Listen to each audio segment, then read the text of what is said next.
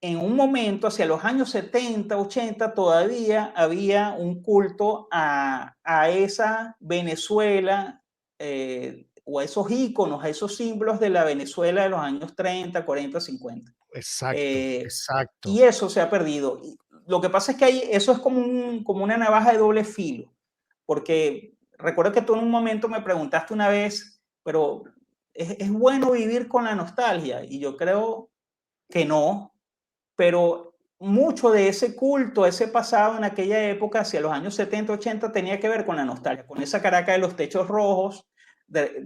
Recuerdo un programa que tenía el Canal 8 con Carlos Eduardo Misle, Carenis, Guillermo José Shell y Pa Espumar, no recuerdo ahorita el nombre de pila de él, que era como gente del Consejo Municipal, y el Consejo Municipal de Caracas tenía este programa donde hablaban de las historias de Caracas antiguas.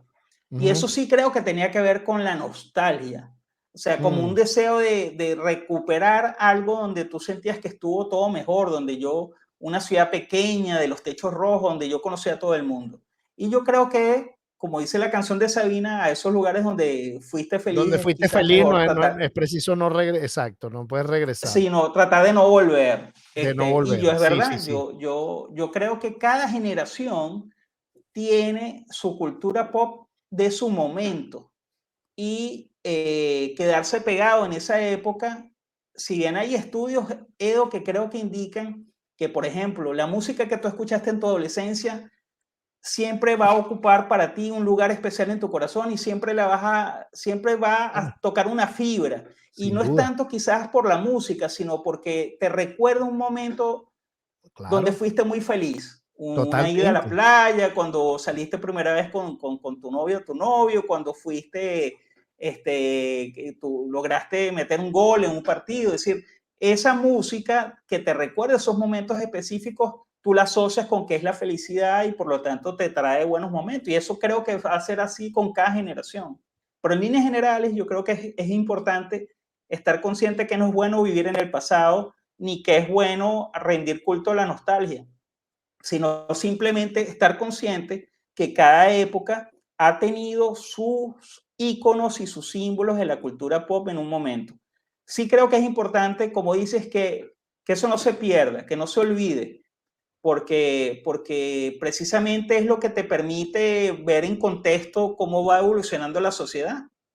Este, No, y además que acuérdate que en el caso de Venezuela, si tú de repente agarras a un muchacho de 15 años, es normal, 15 o 20 años, es normal que él tenga unos códigos y que tenga una información que le viene de dónde le va a venir. Bueno, le va a venir de internet, y si no tiene internet, por supuesto le va a venir de su familia más cercana y tal vez de los entes gubernamentales y tal. Y esos entes gubernamentales, sobre todo los que estamos viviendo, porque históricamente muchos, pero estos más todavía, les interesa contar una parte de la historia. Entonces, ¿qué pasa? Cuando tú empiezas a cambiarle nombres a las autopistas, a los símbolos, cuando empiezas a cambiar todo eso, eso no es inocente, eso tiene un propósito. Eso tiene un propósito también, que es reescribir la historia. Y reescribirla ¿para qué?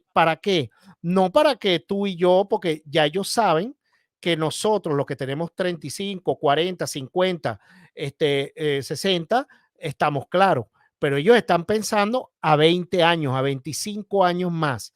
Que digas, bueno, por ejemplo, el cerro principal de Caracas, en 30 años, la meta es que se llame Guaraíra Repano. Así de sencillo.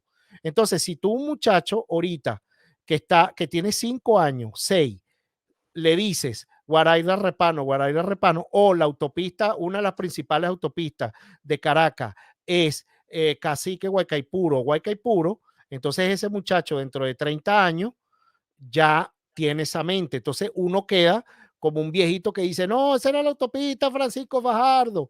Entonces tú dices, ya ahí se pierde parte de esa identidad.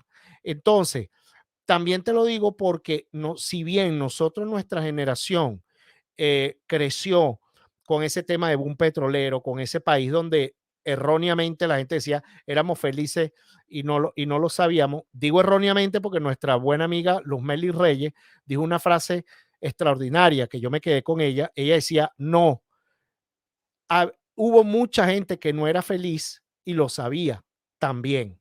Entonces, eso es como para darle matiz a esa parte. Entonces, ¿qué pasa? Que si bien nosotros teníamos esa cultura, también teníamos mucho la cultura, no sé si la seguimos teniendo, la cultura del autogol. Entonces, la cultura del autogol es como que lo de nosotros es menor, lo de nosotros es segundo plano. Nosotros no podemos hacer cosas buenas. Lo del exterior siempre es mejor que lo venezolano. Y yo sin caer en el chauvinismo, pero de alguna manera yo lo recuerdo porque uno hasta a veces lo pensaba. Inclusive tú decías, bueno, pero ay, Estados Unidos, Europa, ¿qué tal? Entonces, cuando ya tú tienes una cierta edad, tú te dices, pero imagínate tú que nosotros llegamos a tener un Alfredo Sadel, por decir algo. Llegamos a tener un Arturo Michelena, que el tipo a los 24 años ganó la medalla de oro en un concurso en Francia donde no le dan medalla a ningún extranjero. Entonces, cuando tú ves eso, tú dices, oye, Venezuela no es que es el mejor país del mundo, tampoco nos vamos al otro extremo, pero Venezuela es un país como todos los países que también tiene muchas cosas de las cuales hay que sentirse orgulloso. Pero si Michelena queda en el olvido, de alguna manera, estoy hablando de Michelena como el más conocido, pero hay mucha gente en esa cultura pop que se va olvidando, pero si no la traemos otra vez, más allá de la nostalgia, entonces esa gente que está creciendo no va a ver el país como, ¿sabes? Como debería verlo. Un país Bueno, que dio grandes luminarias, ¿no?